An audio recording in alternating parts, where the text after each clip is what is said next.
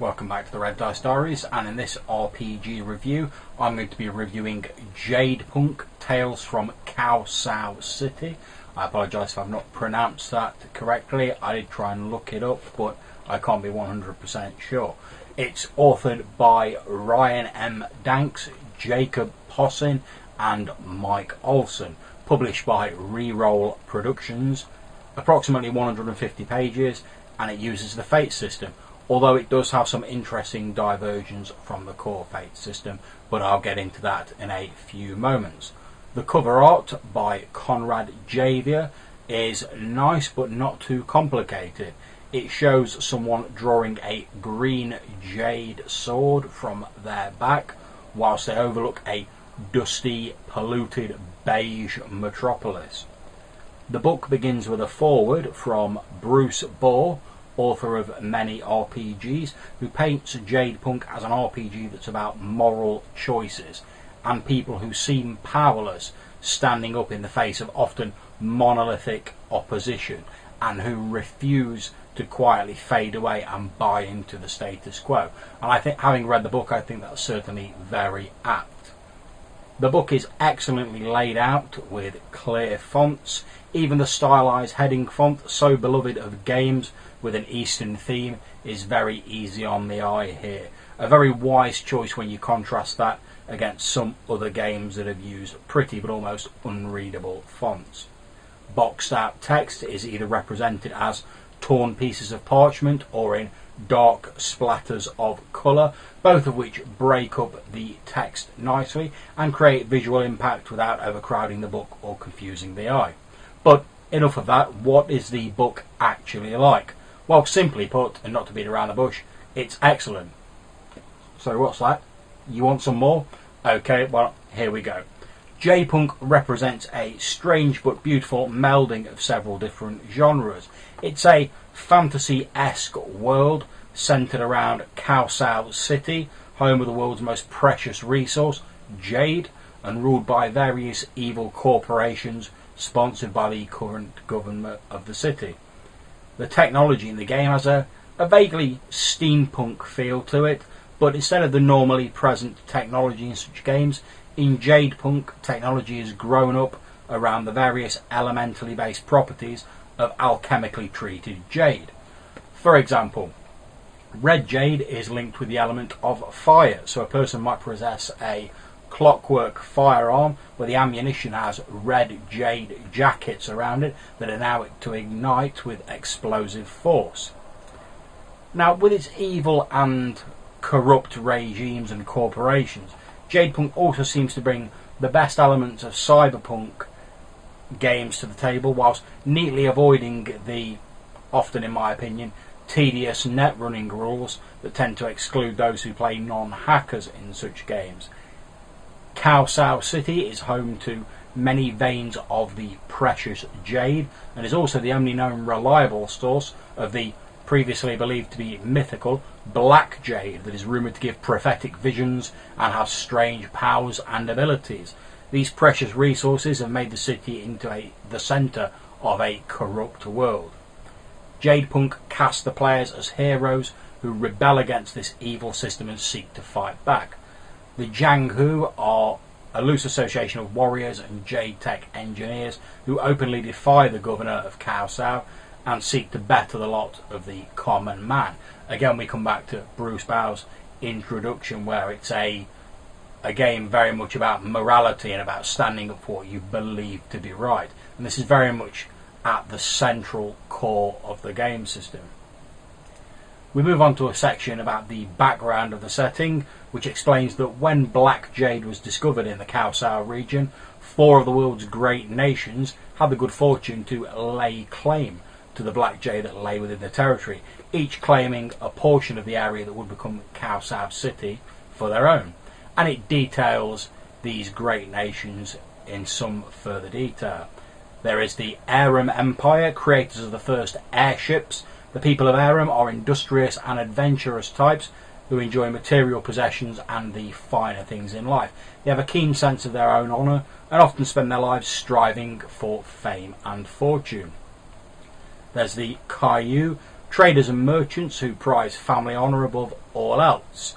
This nation is a chain of islands where blue jade is more common than anyone else in the world, and this, combined with the background and environment, has led to them being a people known for their nautical technology. Next we move on to Naramel, who hail from the southern deserts. They were originally nomads and they retain a healthy respect for the natural world.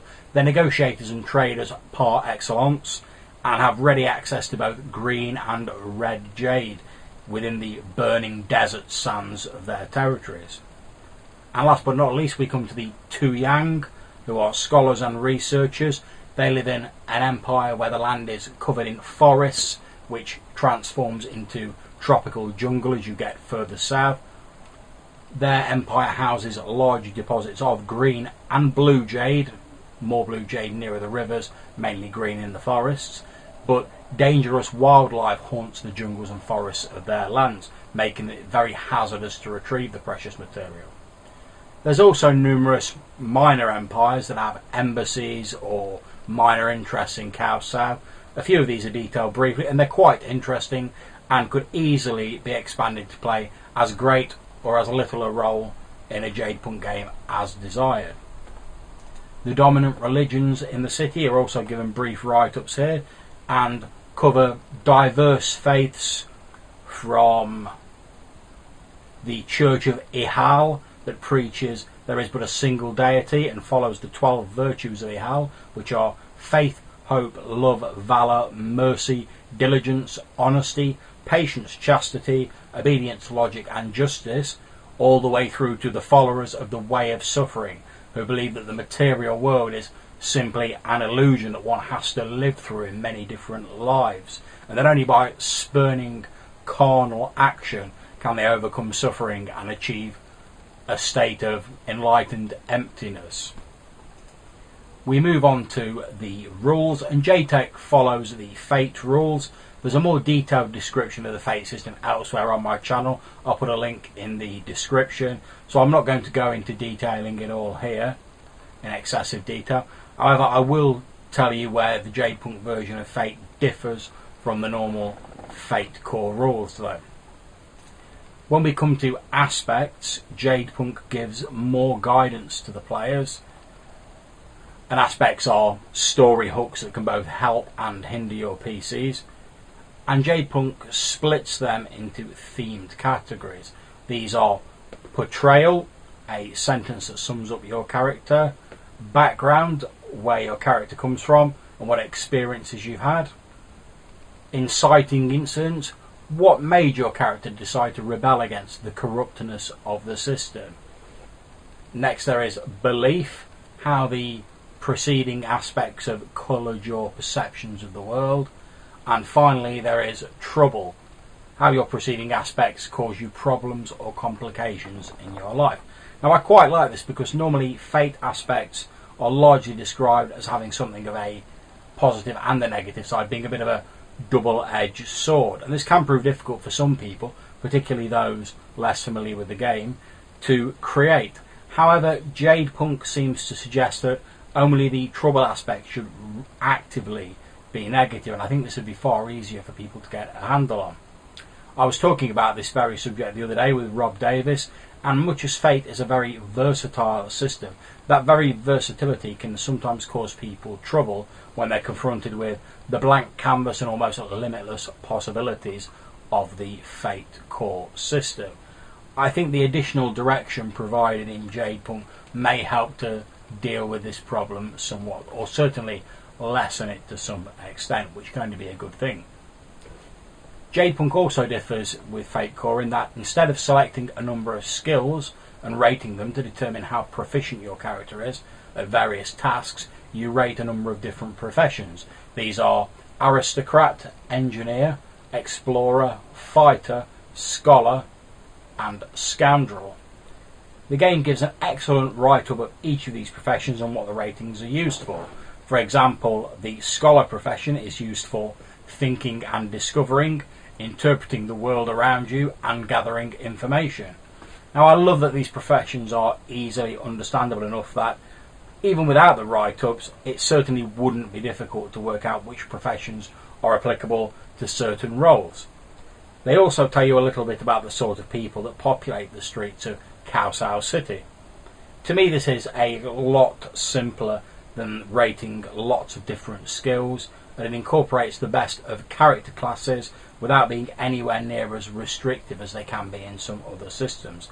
I also love the fact that the authors have given guidelines for the professions. Despite the fact they're fairly easy to understand, this will make it much easier to introduce the game to those less familiar with Fate or who are newer to the system.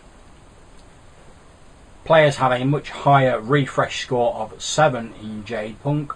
Now this may have something to do with the fact that it's a wuxia, over-the-top martial arts feel type of game, and that instead of buying stunts, as with most other Fate games, you construct assets, which can be anything from martial arts maneuvers to companions, organisations and Jade tech items. There's a system in the book which shows you how to construct them. Each asset costs a certain amount of your starting refresh, and we'll go into that a bit later on in the video. JadePunk uses a single stress track and the consequences box that will be familiar to anyone who has played Fate Accelerated, whereas some Fate games have separate stress tracks for physical and mental stress, or even other things. I feel that taking it back down to just a single track simplifies recording damage and vastly speeds up bookkeeping. We then move on to the actual system for building assets, and mechanically this is part of the book that really shines for me. The player chooses whether their asset will be an ally, a device or a technique. Each asset has its own function aspect describing what it's intended for, and it can be used by the owner by invokes or compels in the same way as any other aspect.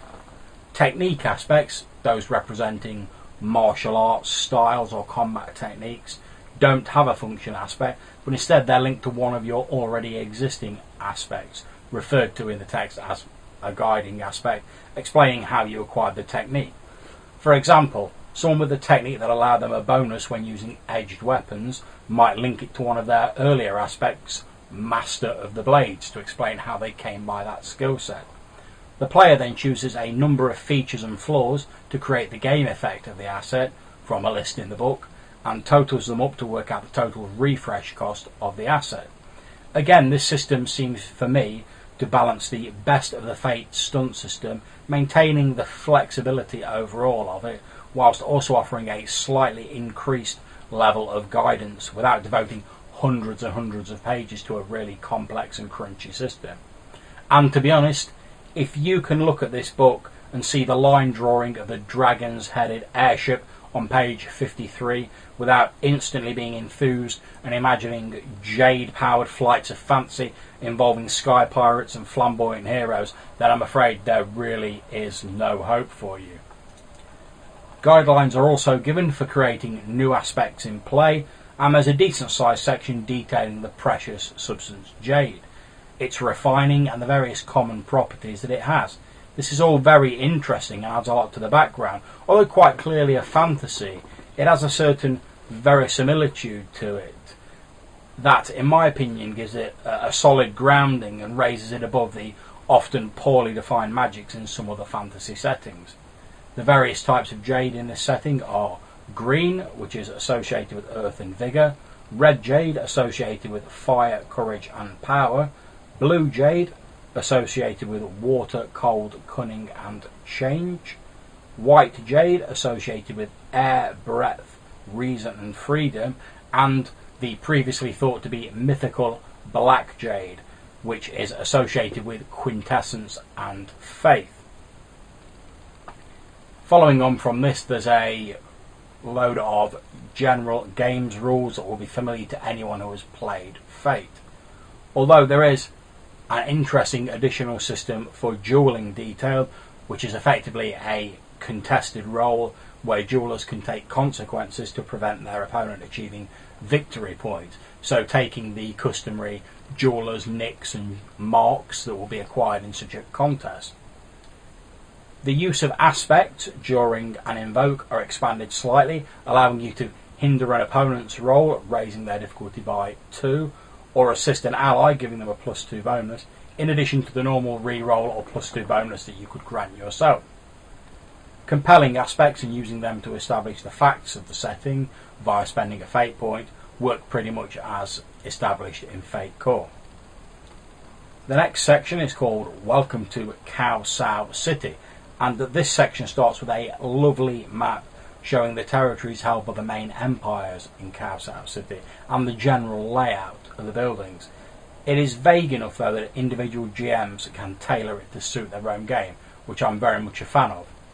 A history of the city follows on from this, covering the time period from the first discovery of Jade, to the settling of the area, and the establishment of the Advisory Council of 9.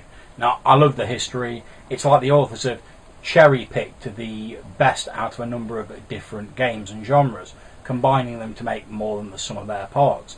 There are evil corporations causing pollution and oppressing the people, rebel factions sponsoring terrorism and causing upset, and in the light of the corrupt regime, the underworld and criminality flourishes. To be honest, you almost can't help but read through this history section and have plot ideas immediately start bursting into your brain, which is, I feel, a very good sign and a testament to the writing and work that has gone into this book. There's also some general aspects applied to the city as a whole here that help to tell you what sort of flavour campaign setting it is. And these are Everything is for Sale, Only the Shrewd Survive, and Jade-infused society. So straight away, with the minimal of fuss, this lets you know that you're in a cosmopolitan setting with a cutthroat and often dangerous air to the place, and that the only reason it thrives and enjoys such great power and prosperity is due to the presence of the precious and mystical Jade. The city write-up is excellent, covering everything from Jade refineries to the city guard to key locations in the city. The descriptions are evocative but not overly lengthy, and nor does the book concern itself with providing stats for everything, which, given the ease of creating NPCs in Fate, I don't think will be really necessary anyway. The rebel organisation, the Jianghu, is covered in some detail, and it's a loose affiliation of different people opposing the current regime. And the session wraps up with some useful advice on how to create organisations as entities within your game, and it provides some examples. This is very useful advice and could easily be used outside of this setting as well as within it. The final section of the book is titled Being the Games Master, and this offers a fairly no-nonsense rundown of the GM's duty as the game designers see it to start with, as well as providing some useful advice for adjudicating difficulty levels for tasks in the game. It also covers how to create NPCs, and it splits NPCs into two types: faces, who are lesser NPCs that are important to the story, and villains, who are the major opposition to the PCs. Faces are defined by three aspects: the portrayal aspect, how they're depicted in the narrative, the need aspect, what they want or desire, and the secret aspect. Everyone's got a secret. What is this NPC's secret? If faces need to roll dice, then they can be given a general competence level, or gens using the same method as villains. And there are some handy generic citizen type templates provided for faces, which could easily be used straight out of the book. Villains are either statted exactly like PCs, if they are important or recurring, and if not, they're statted as mooks, essentially minimal stress boxes, a general competency level, an aspect or two.